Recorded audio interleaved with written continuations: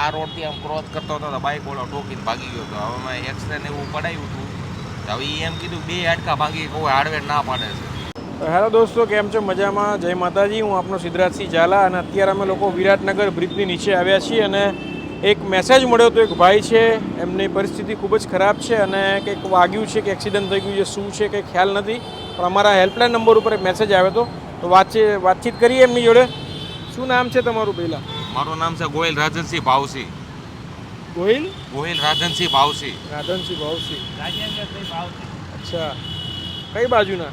ભાવનગર, કાઠિયાવાડના છો. કેમ આવી હાલતમાં છો? હું અહીંયા આવ્યો તો, રસોડાનું કામ કરતો હતો તો હું પૈસા લેવા ગયો હતો. આ રોડથી આમ ક્રોસ કરતો હતો તો બાઇક ઓલો ઠોકીને ભાગી ગયો હતો. હવે મેં એક્સરે ને એવું પડાવ્યું હતું. હવે એ એમ કીધું 2 હાડકા ભાગી, કોઈ હાર્ડવેર ના પાડે છે, નથી કરતું કોઈ. શારદાબેનમાં ડોક્યુમેન્ટ વગર મારી પાસે આધાર કાર્ડ નથી, હું શું કરું? એટલે શું થયું તમને પગમાં? બાઇક ઓલો ઠોકીને વયો ગયો આ બાજુ, આ ફૂટપાથ ઉપર. અચ્છા, અહીંયા પગમાં તકલીફ છે, ચલાતું નથી. એ આ પગ જ નહીં માનતો. આ એક જ પગ હારો છે, આ એક પગ તો આવ ફેલ થઈ ગયો. તમે રહો છો ભાવનગર? મા બાપ હતા એ ઓફ થઈ ગયા છે. અચ્છા, હું ડ્રાઈવર જ છું, ગાડી હલાવું છું, પણ હવે આમાં તો ક્યાં હું ધંધો કરવા જઈશ.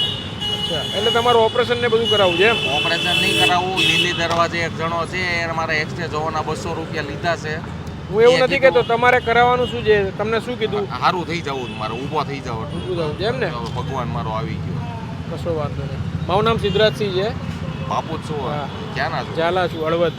હળવદ ને?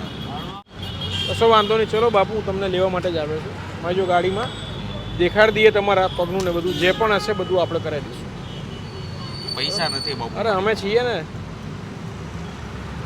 અમને ભગવાને મોકલી દીધા એટલે તમારું કામ થઈ જશે.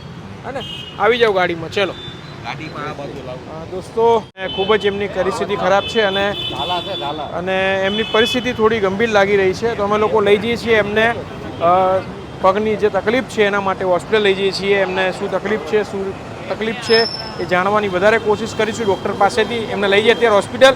તો કન્ટિન્યુ આપણે દરેક ગ્રુપમાં શેર કરીએ.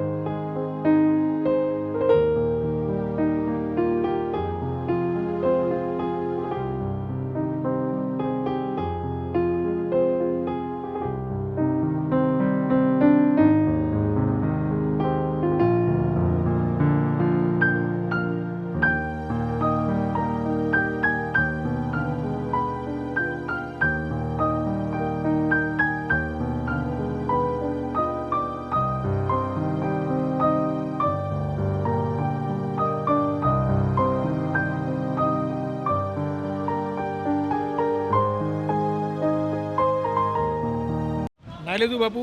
નાઈ લીધું. ફ્રેશ થઈ ગયા ને? હવે તમારા પગમાં જે ક્રેક છે ને અત્યારે આપણે જઈએ છીએ દવાખાને, ત્યાં તમારું બતાવી દઈએ.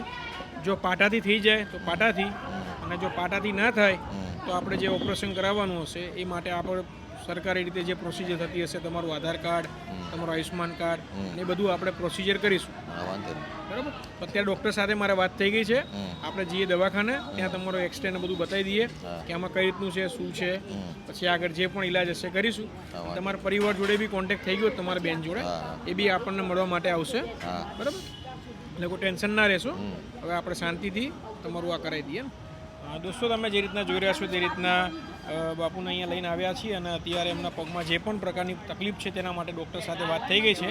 અત્યારે અમે જઈએ છીએ દવાખાને ત્યાં બતાવવા માટે કે ભાઈ એમને કઈ રીતની તકલીફ છે. તેમના કોઈક બેન અમદાવાદમાં રહે છે, અમને ખ્યાલ નથી, એ નજીકમાં જ ક્યાંક રહે છે. એમની સાથે કોન્ટેક્ટ થઈ ગયો છે, એ લોકો થોડી વારમાં આવે છે. ત્યાં લગી અમે એમની જે પણ જે પણ તકલીફ છે તેના સોલ્યુશન લાવવાની કોશિશ કરી રહ્યા છીએ આપ સૌના સાથ સપોર્ટથી.